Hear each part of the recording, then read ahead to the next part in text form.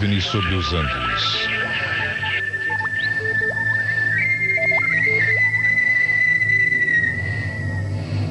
A Cordilheira dos Andes é uma cadeia de montanhas que se estende por toda a América do Sul e que ainda esconde muitos segredos.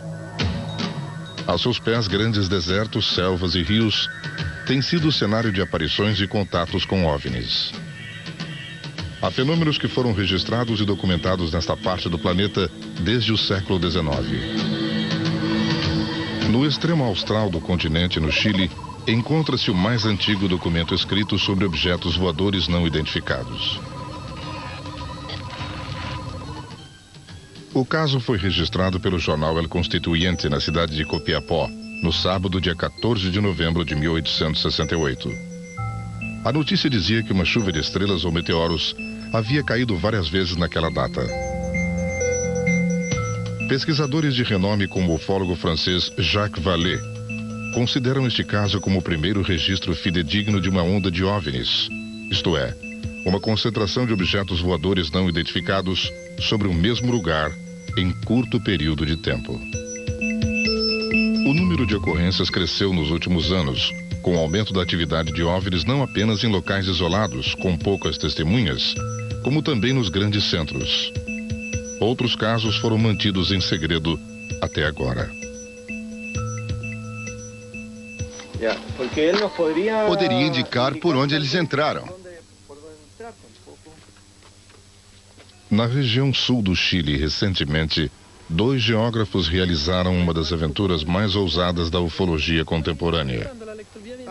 Saíram em busca de um OVNI que estaria enterrado no topo de uma montanha desde o início do século. É nesta direção.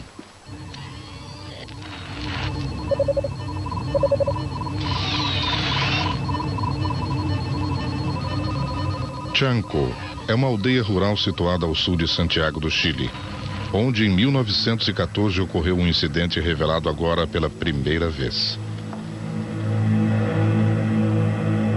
Juana Andaur foi protagonista desse episódio quando tinha apenas 14 anos. Hoje, com quase 100 anos de idade, Juana ainda se lembra com detalhes do incidente que presenciou, junto com seus pais e muitas outras testemunhas. A sua narração é muito lúcida. Naquele dia, minha mãe estava cuidando da casa e meu pai descarregava o trigo que tinha colhido.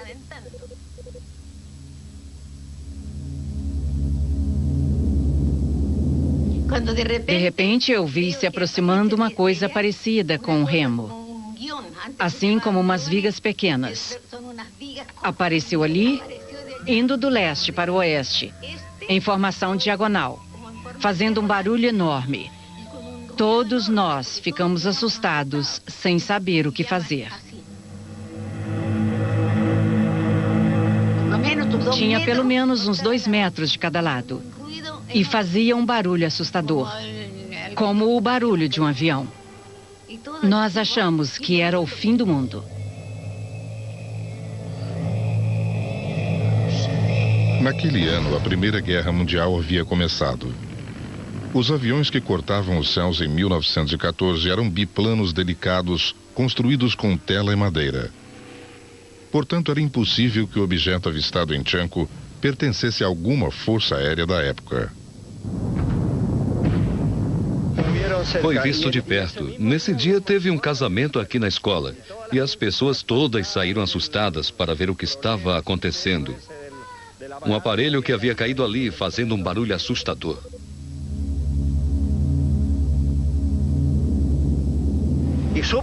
Suponha que, por se tratar de montanhas arenosas, e a maioria daquelas formações é arenosa, o aparelho enterrou-se a uma certa profundidade e ainda está ali.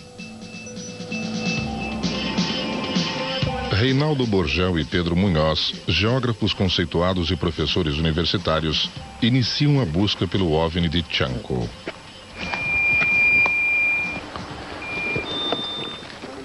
Dois militares equipados com detectores de minas se juntam à expedição.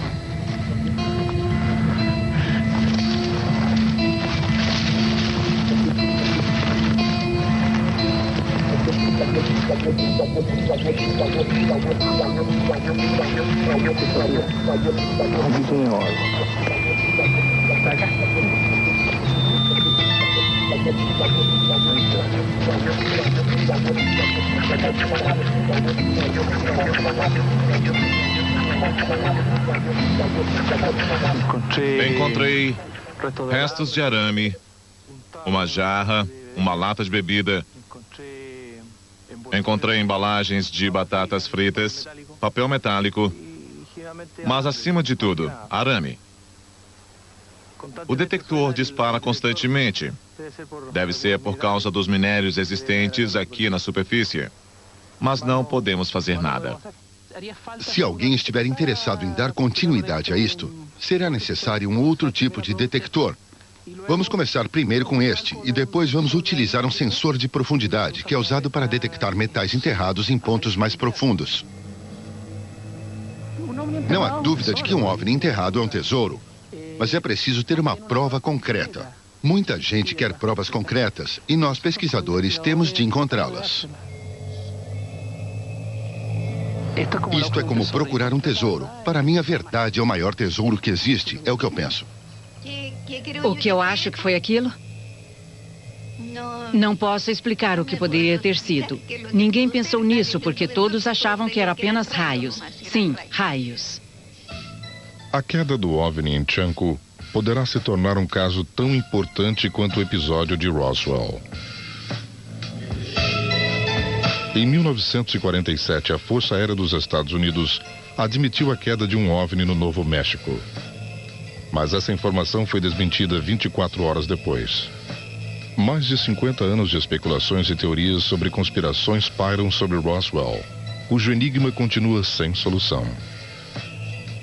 Até agora era considerado o relato mais antigo sobre a suposta queda de uma nave extraterrestre. Mas Chanco, o caso Roswell latino-americano, parece ser mais antigo e sua história só agora começa a ser revelada. Os registros de aparecimento de OVNIs com maior número de provas visuais até agora encontravam-se no hemisfério norte, nos Estados Unidos e na Europa. No entanto, há pelo menos 3 décadas, os ufólogos e entusiastas vêm registrando com suas câmeras fotográficas e de vídeo inúmeros aparecimentos em países latino-americanos, como o México, Brasil e o Chile.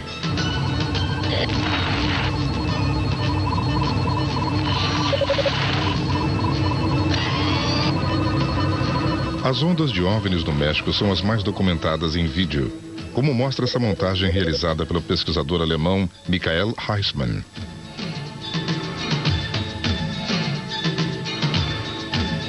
OVNIs filmados por mais de um observador e de diferentes pontos de vista, como este em 1991, fazem parte desta montagem.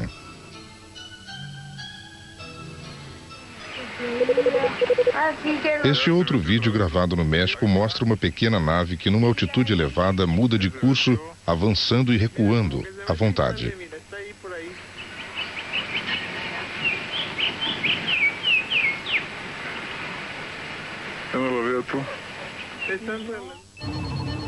O Brasil é outro país latino-americano que apresenta relatos importantes sobre contatos com OVNIs.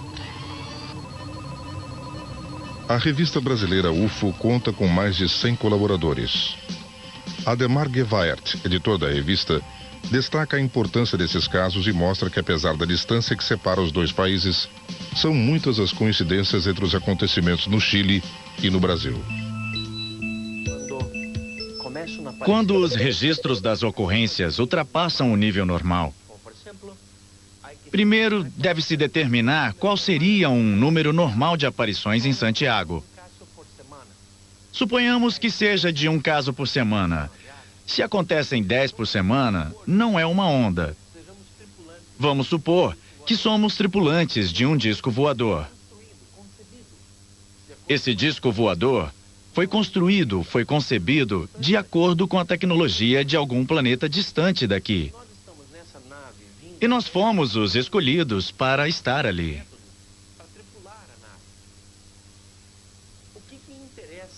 O que nos interessa é saber o que está acontecendo, por exemplo, no meio do deserto de Atacama, ou no meio do Pantanal, no meio da floresta amazônica, ou saber o que está acontecendo em um meio urbano, como Santiago, Buenos Aires, São Paulo, Brasília.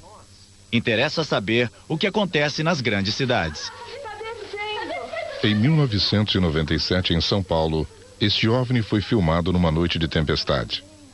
Ele brilhou por vários minutos, o que levou os ufólogos a descartar a hipótese de que se tratava de um raio.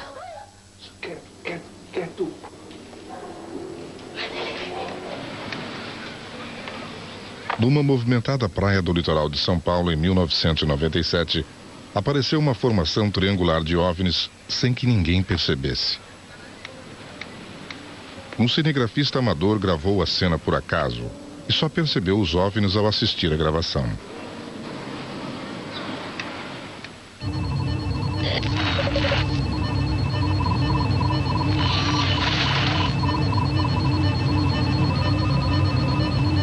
Em fevereiro de 1997, uma onda de OVNIs começa a se manifestar sobre a zona central do Chile.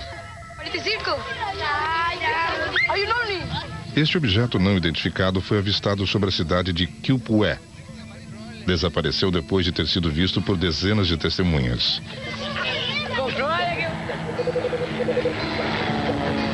Ao sul da capital chilena, no balneário de Pucón, ocorreu outro caso interessante.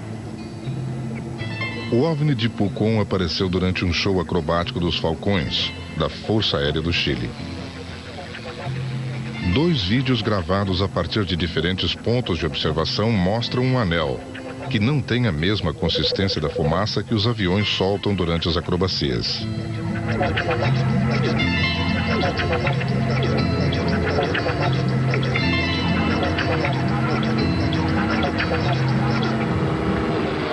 O geógrafo chileno Pedro Munhoz tentou elaborar um mapa da onda de OVNIs de fevereiro de 1997.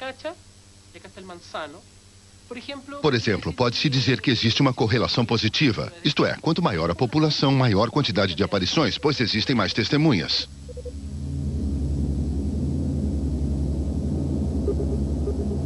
Mas o resultado foi o contrário. E não posso demonstrar isso porque em alguns lugares de pequena população, como por exemplo em Cajón del Maipo, há uma grande concentração de fenômenos luminosos, noturnos, diurnos, etc. Um dos casos mais intrigantes para Pedro Munhoz é a frequente aparição de OVNIs sobre a usina hidrelétrica de Colbún, situada ao sul de Santiago. Ele tenta determinar se os OVNIs procuram por recursos naturais, campos magnéticos ou grandes concentrações de pessoas.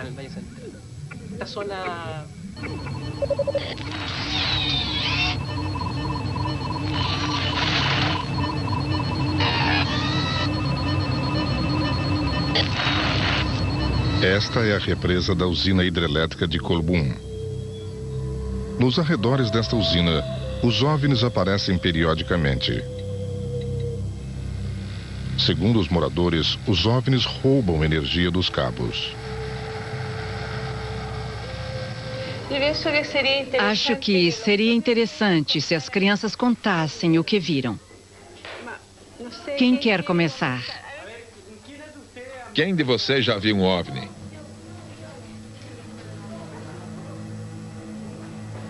Quando voam, trocam de cor. Tem cores lindas.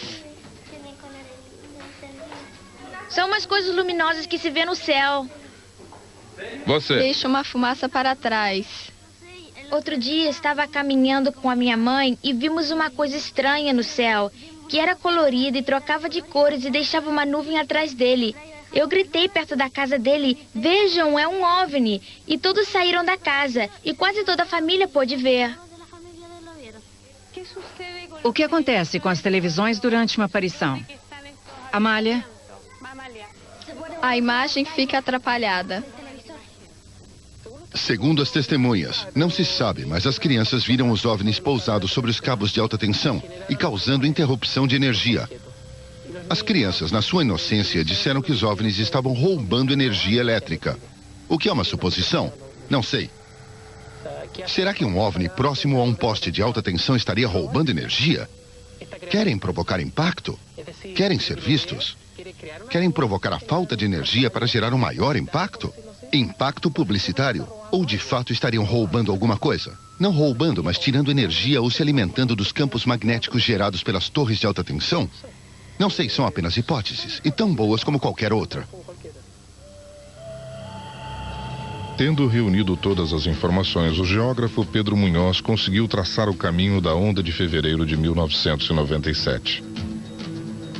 A rota descoberta por Munhoz forma um corredor que vai desde o Oceano Pacífico até a Cordilheira dos Andes, na direção do território argentino. O corredor inclui Colbún, onde está a usina hidrelétrica visitada constantemente por OVNIs, e Chanco, o mesmo local da queda do OVNI em 1914.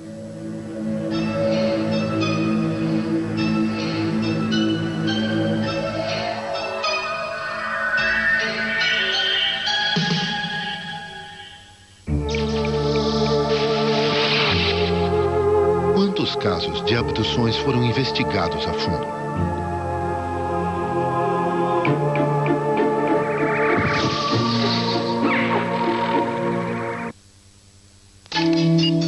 Hoje, a tecnologia abre caminho para novos mundos.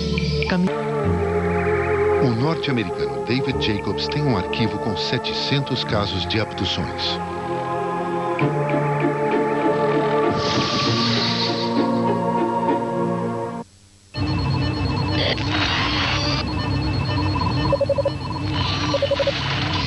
Desde os anos 60 até hoje, potentes telescópios têm sido instalados no deserto do Atacama, no extremo norte do Chile, para aproveitar a excepcional visibilidade que existe sobre o deserto mais árido da Terra. Especialistas do mundo todo vêm até aqui com a esperança de obter imagens e respostas para os grandes enigmas do universo.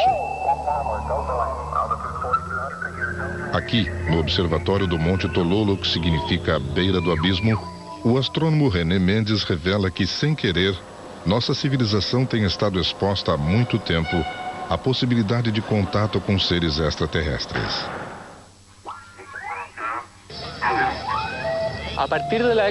Desde a década de 20, a Terra vem emitindo ondas de rádio.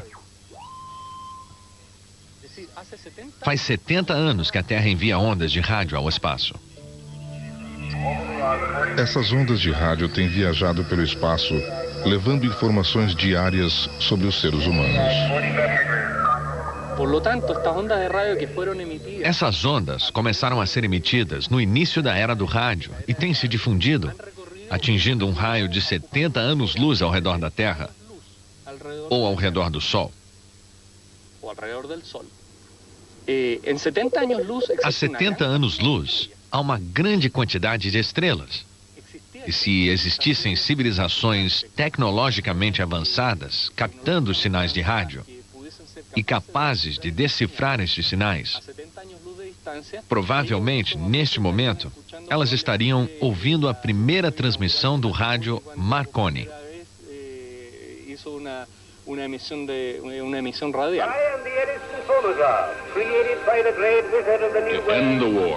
Fim da guerra no Vietnã. Martin Luther King foi assassinado hoje. A bomba atômica foi lançada sobre Hiroshima.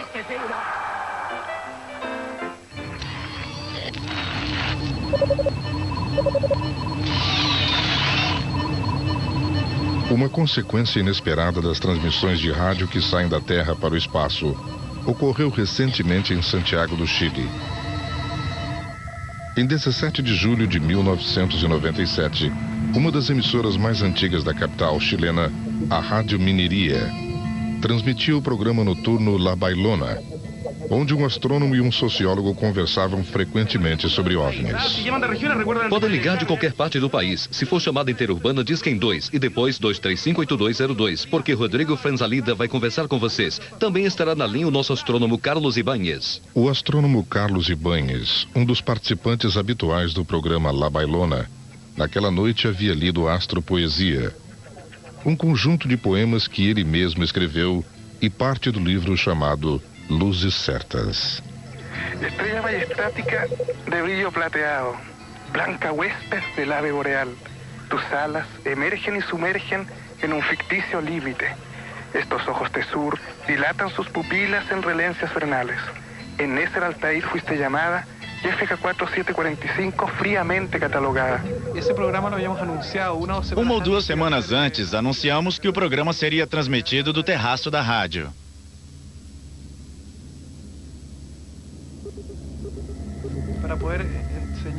Para explicar aos ouvintes os fenômenos celestes, poderíamos mostrar que há algumas estrelas brilhantes e alguns planetas visíveis. E pretendíamos começar lendo um poema.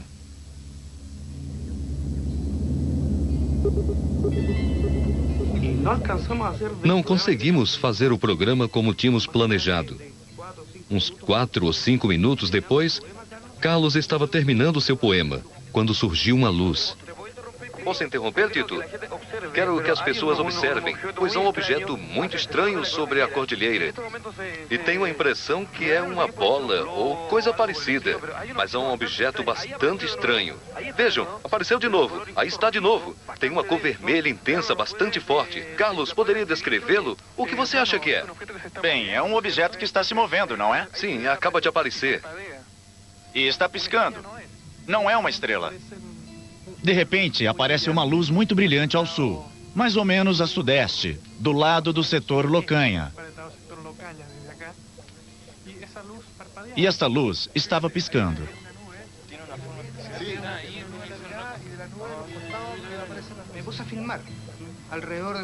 Eu comecei a filmar.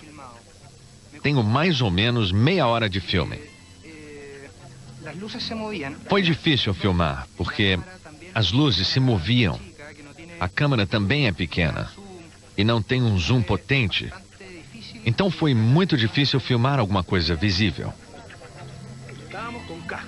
Carlos, Rodrigo e eu estávamos com microfones individuais. Então o que mais se ouvia eram as nossas vozes, mas no fundo eu dizia: neste minuto está se movendo rapidamente para a esquerda. E no fundo, oh, vejam, diziam as 30 pessoas que estavam atrás.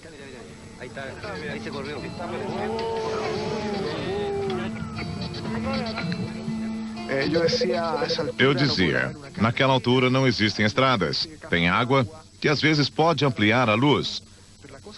Mas a coisa estava no ar e se movia. E aí começamos a receber ligações interessantes, como, por exemplo, do Corpo de Bombeiros. Alô, bom dia. Alô, com quem estamos falando? Alô, Martim, Marcelo Farias. Olá, Marcelo, onde você está? Com os bombeiros, na 17. Pode falar. Estava estudando e escutando vocês. Aí eu me levantei e também acabei me tornando testemunha desta aparição. Também está vendo?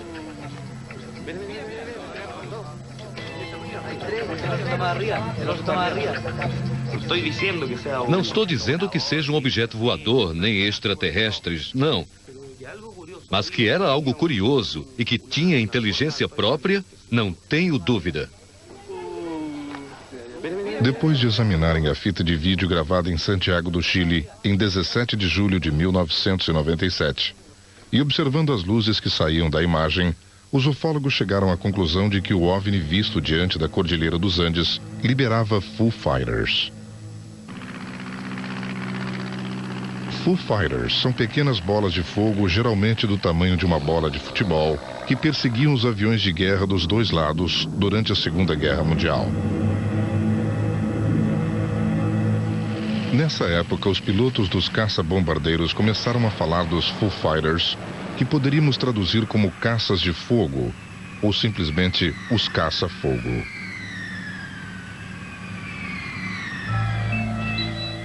Meio século mais tarde, os Foo Fighters continuam sendo avistados em diferentes partes do mundo, inclusive próximos de aeronaves velozes como o supersônico Concorde.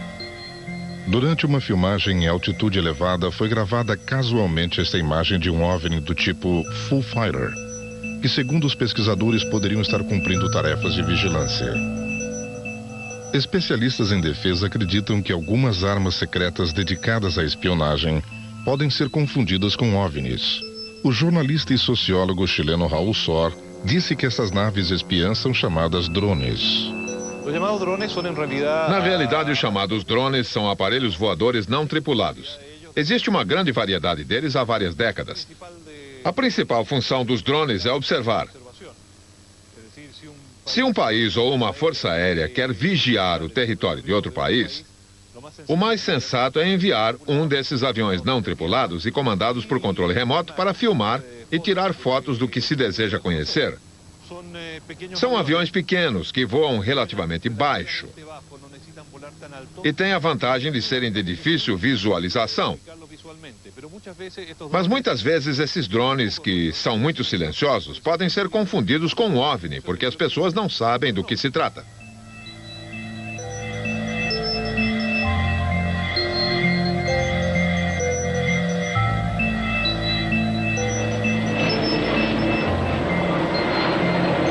Dá mais um.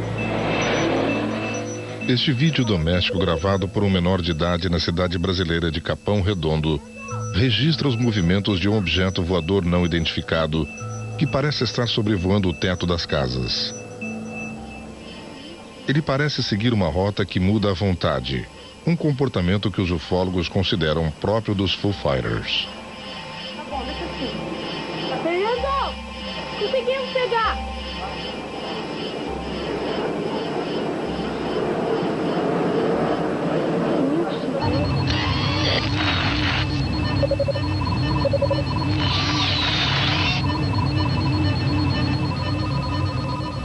Perto da cidade de Santiago do Chile, aos pés da Cordilheira dos Andes, 3 jovens ufólogos chilenos realizam uma vigília junto ao rio Maipo. Eles pertencem ao Projeto Radar, uma iniciativa dos pesquisadores que buscam provas sobre OVNIs nas regiões do país consideradas zonas quentes, devido à frequência de aparições.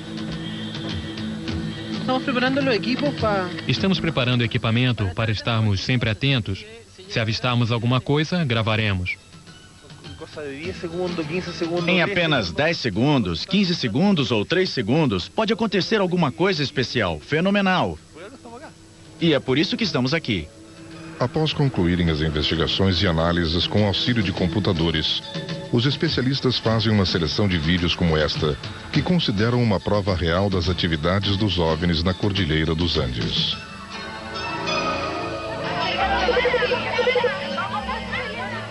Este, por exemplo, foi filmado na cidade de Punta Arenas, no extremo sul do continente, outra região considerada como zona quente pelos ufólogos chilenos. Esta grande estrutura com luzes que se deslocava durante a noite sobre o teto das casas da cidade foi filmada por uma jovem chamada Paula Munhoz, durante uma reunião de amigos.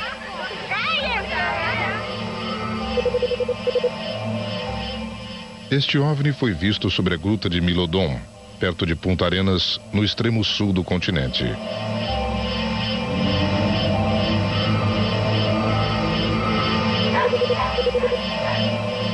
Este objeto voador não identificado foi filmado em Angol, na região sul do Chile, depois de ter faltado energia elétrica em toda a cidade. Apúrate, mami, apúrate. Señales, dale señales. Tá filmando tu? Sim.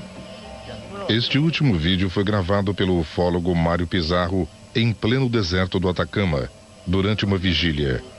E é uma das principais conquistas do Projeto Radar. Un reflejo arriba de la luz pequeña.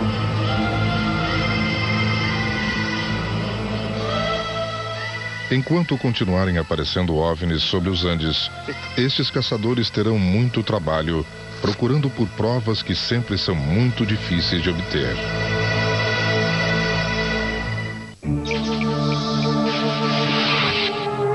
Em termos mundiais, qual é o caso de abdução considerado mais importante já ocorrido na América Latina? O mais importante foi a de Armando Valdez, um cabo do exército chileno, que ocorreu no deserto de Atacama em 1977.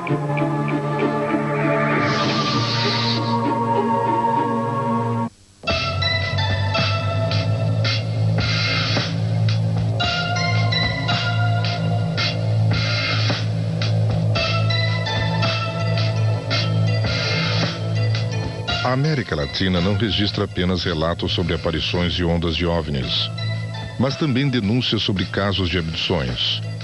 isto é, de sequestros praticados por extraterrestres. A saga do Cabo Armando Valdez começou em 1977 e continua até hoje, adquirindo proporções de lenda. Estudado por ufólogos do mundo inteiro, seu caso é considerado um dos mais importantes de todo o planeta. Tanto que durante muitos anos circulou no Chile o boato de que Armando Valdez, após seu contato imediato com um OVNI, teria sido levado aos Estados Unidos para ser submetido a diversos tipos de exames nos laboratórios da NASA.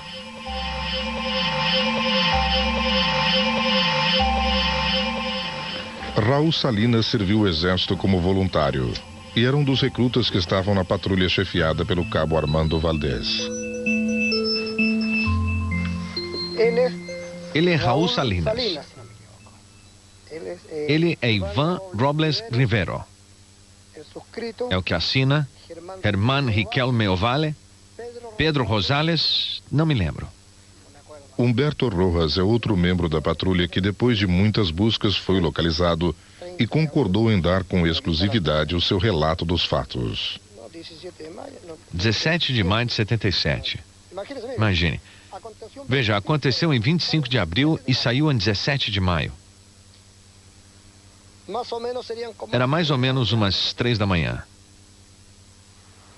Rosales estava deitado no que chamávamos de telhado de madeira.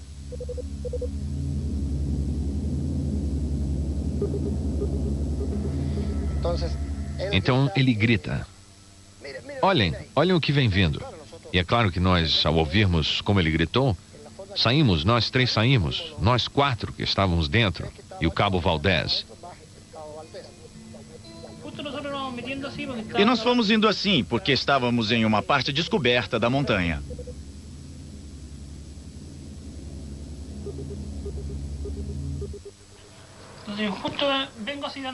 Fui assim caminhando, e mais atrás, os outros 2 homens que trocavam o turno disseram: o cabo, olhe. Então eu dei meia volta e olhei. Uma grande luz desceu do céu, saiu de trás da montanha. Nós estávamos de frente para a montanha. Saiu na noite e ficou na nossa frente. E foi para a montanha ali, na frente.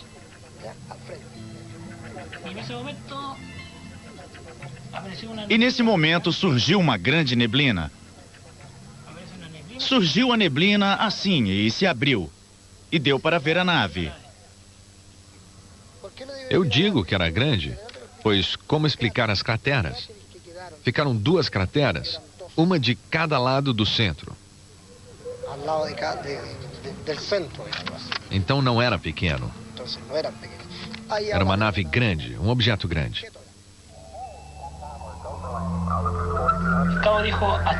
O cabo disse: vamos parar aqui, ninguém se move. Se alguma coisa vai acontecer, se vão nos levar, que nos levem. Então o cabo Valdez, que era muito religioso, começou a rezar e pediu que todos rezassem. E ele dizia, na sua prece ele gritava: identifiquem-se, porque a luz pousou.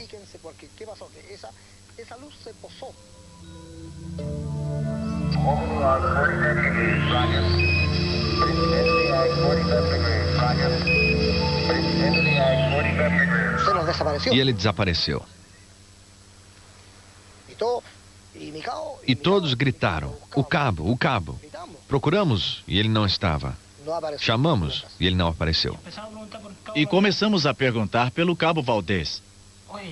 Viram o cabo? E a nave ali, bem ali.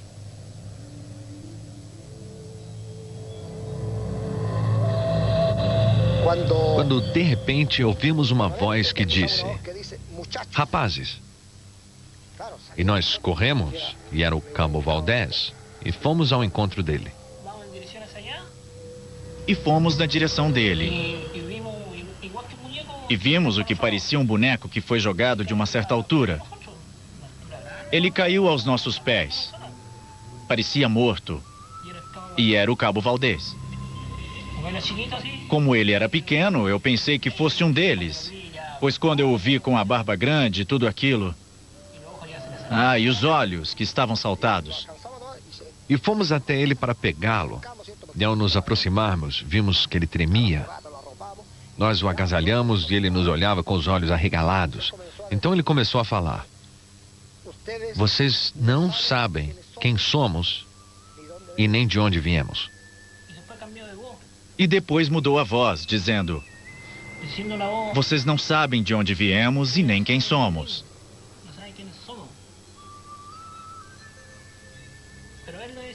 Mas ele dizia e depois começava outra vez a chamar a mãe e depois dizia... Me deixem, não me levem, não me levem. E começava a chorar. Seu relógio marcava dia 30. Ou seja, nós começamos o serviço no dia 25 de abril. E o relógio marcava dia 30. Como seria possível Valdez avançar 5 dias no tempo? Por que a sua barba tinha crescido? Foi uma abdução? Conversando sobre casos desse tipo com o perito norte-americano David Jacobs, que investigou 700 relatórios sobre abduções.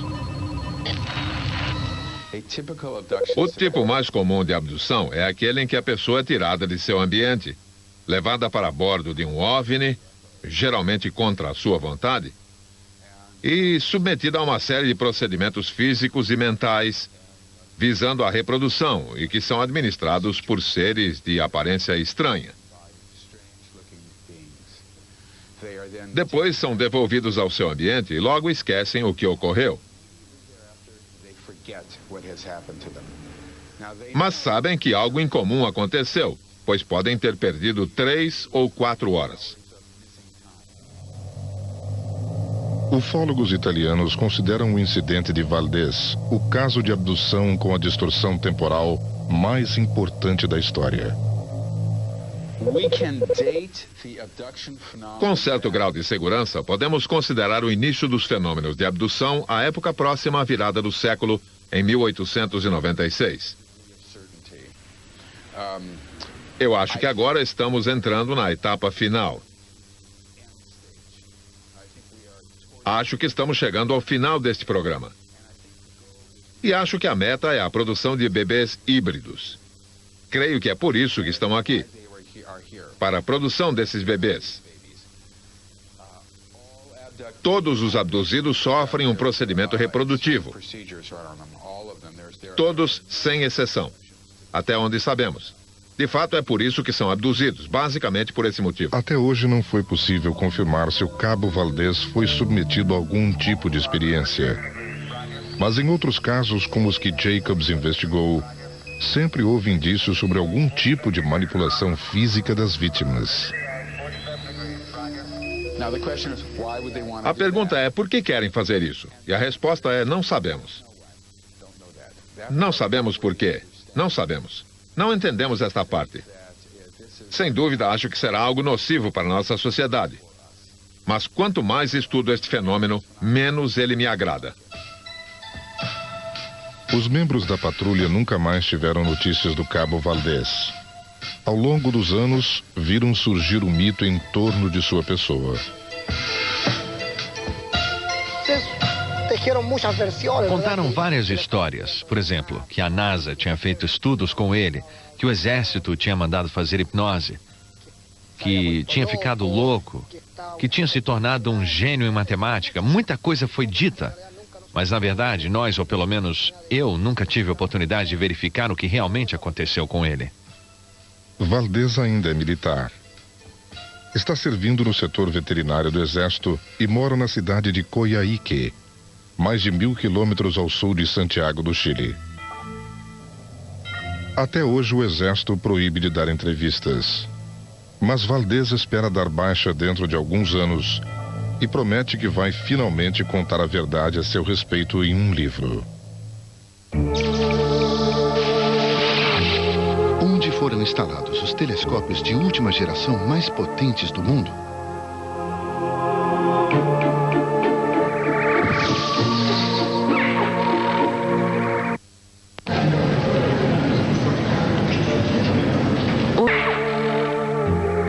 Os 4 telescópios mais modernos do mundo estão em Cerro Paranal, no norte do Chile.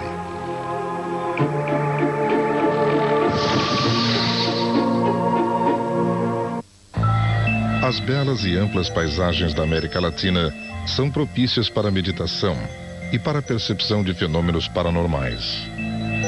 Na região da Cordilheira dos Andes, há mais de 2 décadas, os ufólogos promovem o contato voluntário com seres extraterrestres. Em 1974, quando iniciou-se a experiência com contato, éramos um grupo de amigos, um grupo de adolescentes.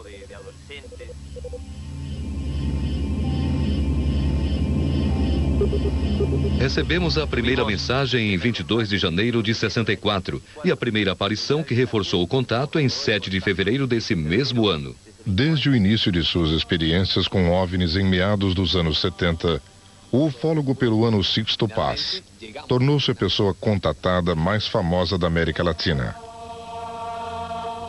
Pouco antes de 22 de janeiro de 1974, Sixto Paz recebeu mensagens telepáticas de um ser que se chama Oxal, que, segundo ele, vive em Júpiter. Oxal inspirou-o a fundar o grupo Rama, Sol na Terra, que hoje tem membros em 35 países. A primeira experiência foi em julho de 74. Durante 15 dias, o grupo com 7 pessoas ficou na floresta. Foi no mês de julho que ocorreu o contato físico em que a nave desceu. Nós vimos a nave descer.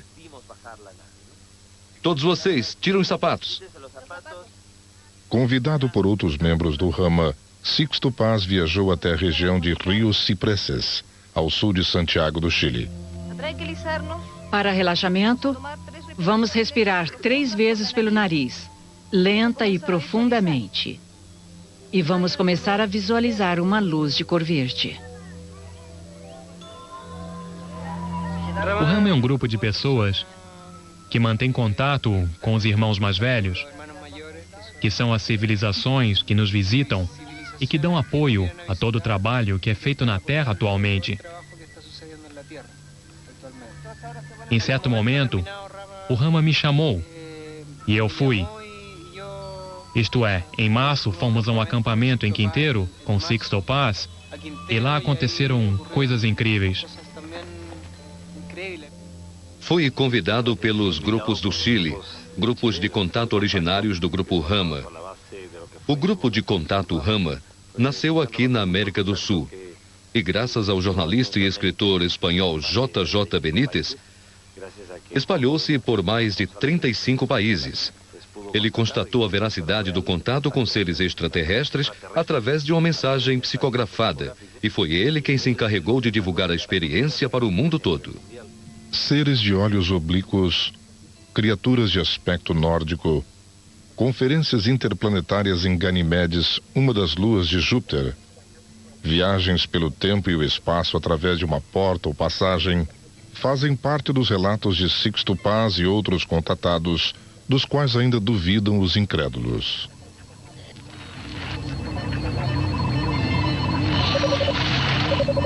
Em 26 de março de 1989, vários jornalistas latino-americanos e equipes de 2 canais de televisão de Miami foram até os bancos de areia de Chilca, a 60 quilômetros ao sul de Lima, para testemunhar um contato convocado por Sixto Paz.